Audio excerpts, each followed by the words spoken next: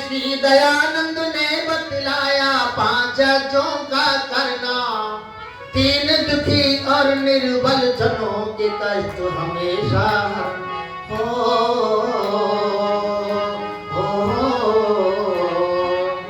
ऋषि दयानंद ने बतलाया 5 अज्जों का करना, ऋषि दयानंद ने बतलाया 5 अज्जों का करना, 3 दुखी और निर्बल जनों के कष्ट हमेशा हरना।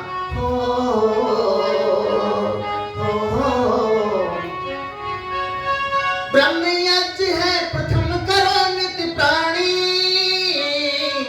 जिससे होती शुद्ध हमारी मनवाणी। ब्रह्म यज्ञ है प्रथम करो नित्य प्राणी, जिससे होती शुद्ध हमारी मनवाणी।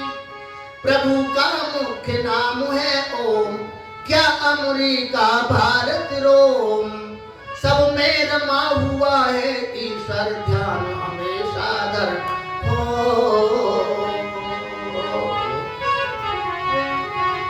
ऋषि दयानंद ने बतलाया 5 अज्जों का करना, ऋषि दयानंद ने बतलाया 5 अज्जों का करना, 3 दुखी और निर्बल जनों के कष्ट हमेशा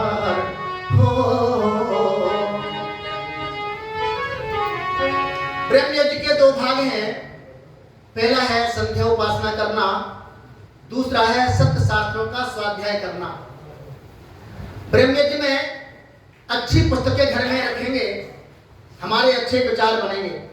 अच्छी पुस्तकें घर में रखेंगे, इसलिए कहा कि श्रावणी का पर्व है, श्रवण मास है, इसका नाम है श्रवण नक्षत्र से पड़ा है, सुनने से पड़ा है, इसलिए कहते हैं कि अच्छी पुस्तकें पढ़ेंगे, हमारे अच्छे विचार बनेंगे। स्वाध्याय नमा प्रमतव्यम, ऐसा निर्देश है, स्वाध्याय में प्रमाद न करें, क्योंकि हमारी जो मन की जो खुराक है वो क्या है, वो स्वाध्याय है।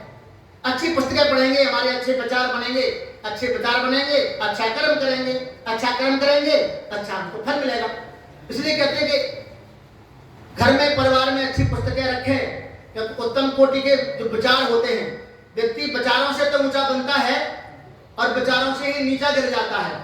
घोड़े से गिरे तो संभाले जमीन, और गिरते हैं विचार तो गिरता है आदमी। इसलिए हमारे अच्छे विचार कब बनेंगे, जब स्वाध्याय करेंगे। तब ब्रह्म यज्ञ के 2 भाग हैं, पहला सत्शास्त्रों का स्वाध्याय करना और परमात्मा की भक्ति उपासना करना। दूसरे यज्ञ का नाम है देव यज्ञ। ऋषि दयानंद ने बतलाया 5 अज्जों का करना, ऋषि दयानंद ने समझाया 5 अज्जों का करना, 3 दुखी और निर्बल जनों के कष्ट हमेशा हो।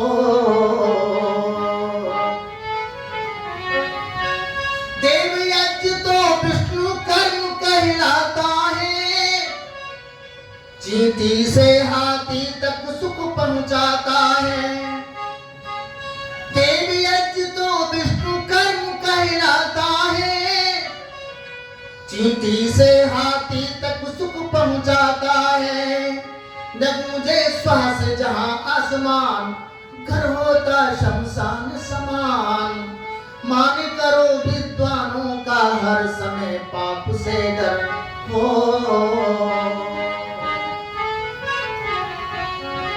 ऋषि दयानंद ने बतलाया 5 अज्जों का करना, 3 दुखी और निर्बल जनों के कष्ट हमेशा हो। दूसरे यज्ञ का नाम है देव यज्ञ। बस यज्ञ के कई प्रकार हैं, एक 5 तो अत्यावश्यक हैं। एक शब्द है यज्ञ और एक है हवन। हवन जो शब्द है यज्ञ का एक प्रकार है। हु दाना दयो धातु से बनता है हवन। दान और आदान करने का नाम क्या है, हवन। इसलिए इसका नाम क्या है, देव यज्ञ। स्वर्ग कामो यज्ञ, स्वर्ग की कामना करना चाहते हैं तो हम यज्ञ करें। पुत्र कामो यज्ञ, धन कामो यज्ञ। वेद में बहुत सुंदर सूक्ति द्वारा हमको उपदेश मिलता है। और यजुर्वेद तो ये कहता है कि जो व्यक्ति यज्ञ को छोड़ता है परमात्मा से छोड़ देता है। दूसरा अध्याय है कष्टवा विमंसति सत्वा विमंसति तस्मैत्वा विमंसति तस्मैत्वा विमंसति। कौन किसको छोड़ देता है? उपसंहार में कहा जो व्यक्ति यज्ञ को छोड़ देता है, परमात्मा से छोड़ देता है। क्यों छोड़ता है? भोगाय भोग के लिए तो भोग नहीं छोड़ देता है। सुख प्राप्त करना चाहते हैं, आनंद प्राप्त करना चाहते हैं तो यज्ञ करें। इसका दूसरे यज्ञ का नाम बताया देव यज्ञ। यज्ञ अग्नु हुयते सह देव यज्ञ। तो अग्नि में आहुति दी जाती है वह वातावरण को शुद्ध और पवित्र करती है। इसलिए कहते हैं कि जिस परिवार में जिस घर में हवन नहीं होता शमशान तुल्यानि गृहाणि तानि, ऐसे परिवार शमशान समान पाए जाते हैं। इसलिए हम प्रतिदिन यज्ञ करें बहुत अच्छा, क्योंकि परमात्मा ने शुद्ध जल दिया है। जल को मीठा करके पीते हैं, गर्म करके पीते हैं, क्यों जी, नमकीन करके पीते हैं, मीठा करके पीते हैं और जल देवता के ऋणी माने जाते हैं। परमात्मा शुद्ध वायु दी है तो वायु को गंदा करते हैं, वायु देवता के ऋणी माने जाते हैं। कई प्रकार से अन्नों का भक्षण करते हैं, हम अन्न देवता के ऋणी माने जाते हैं। और दुनिया में व्यक्ति दुखी भई है जो कर्जदार है। कर्ज से उन्मुक्त होने के लिए हम क्या करें? जल को शुद्ध करना है, वातावरण को शुद्ध करना है, अन्न को शुद्ध करना है तो घर में यज्ञ करें। क्योंकि तत्र गच्छति पूर्वे पलता, हम उस रास्ते पर चले जहाँ हमारे पूर्वज चले थे। हमारे पूर्वज प्रतिदिन यज्ञ करते थे तो हम भी घर में परिवार में प्रतिदिन यज्ञ करें। इसका नाम क्या है? देव यज्ञ। अग्निहोत्र नाम है।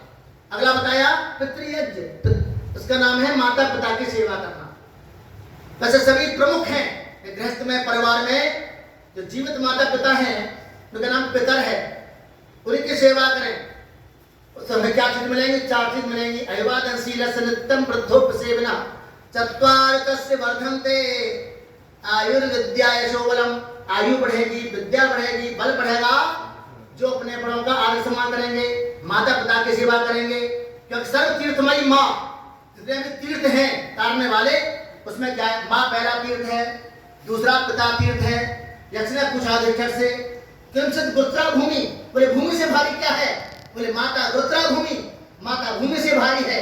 अगला प्रश्न किया किंचित उच्चम चखा, आकाश से ऊंचा क्या है? बोले पिता आकाश से ऊंचा है। इसलिए हम कभी माता पिता का ऋण चुका सकते नहीं, उनके तो एहसान है, उनको भुला सकते नहीं। इसका नाम क्या है? पितृयज्ञ। ऋषि दयानंद ने बतलाया 5 यज्ञों का करना।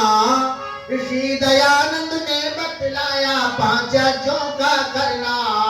3 दुखी और निर्बल जनों के कष्ट हमेशा हो।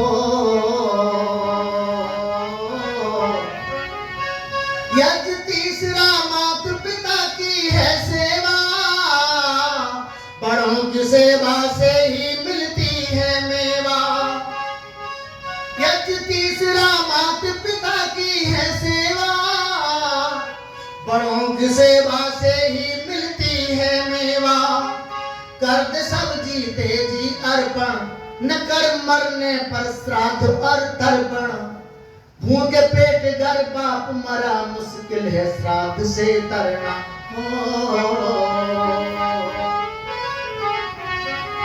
ऋषि दयानंद ने बतलाया 5 यज्ञों का करना। ऋषि दयानंद ने बतलाया 5 यज्ञों का करना। 3 दुखी और निर्बल जनों के कष्ट हमेशा हरना हो।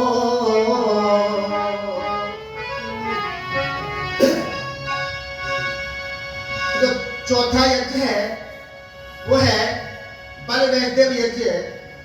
हमारे घर में परिवार में 5 प्रकार से हमारे चलते फिरते में घर में पानी रखने का स्तर होता है। पहले घरौंची हुआ करती थी, झाड़ू लगाने से, घरौंची का जो जलपात्र रखते उसे रखने से, चूल्हा जलने से, आदि आदि 5 बताए हैं।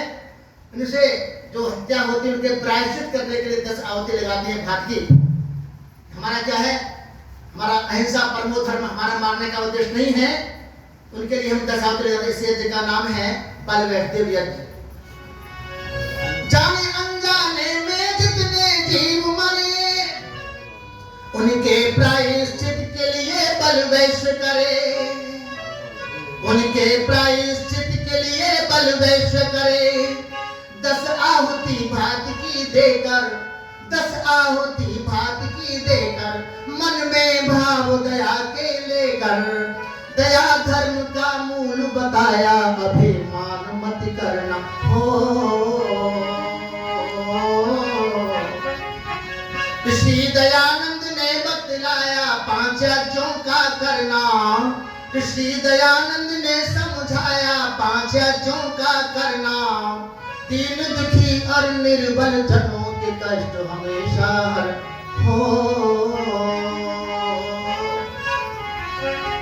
5वां यज्ञ प्रमुख रूप से गृहस्थियों के लिए। अतिथि धार्मिक विद्वान सत्य उपदेश करने वाला घर में परिवार में आता है, उसका स्वागत सम्मान करना चाहिए। विवाह संस्कार में संस्कार किया जाता है, उसमें शिक्षा दी जाती है किस प्रकार स्वागत सम्मान करना है। इस प्रकार से हम अपने परिवार में 5वां यज्ञ करेंगे। कौन सा? जो गृहस्थ के लिए अत्यावश्यक है, तो हमारा परिवार की उन्नति होगी, विकास होगा। जब भी अतिथि घर पर आए मानी करो, गृहस्थी का ये यज्ञ 5वां ध्यान करो।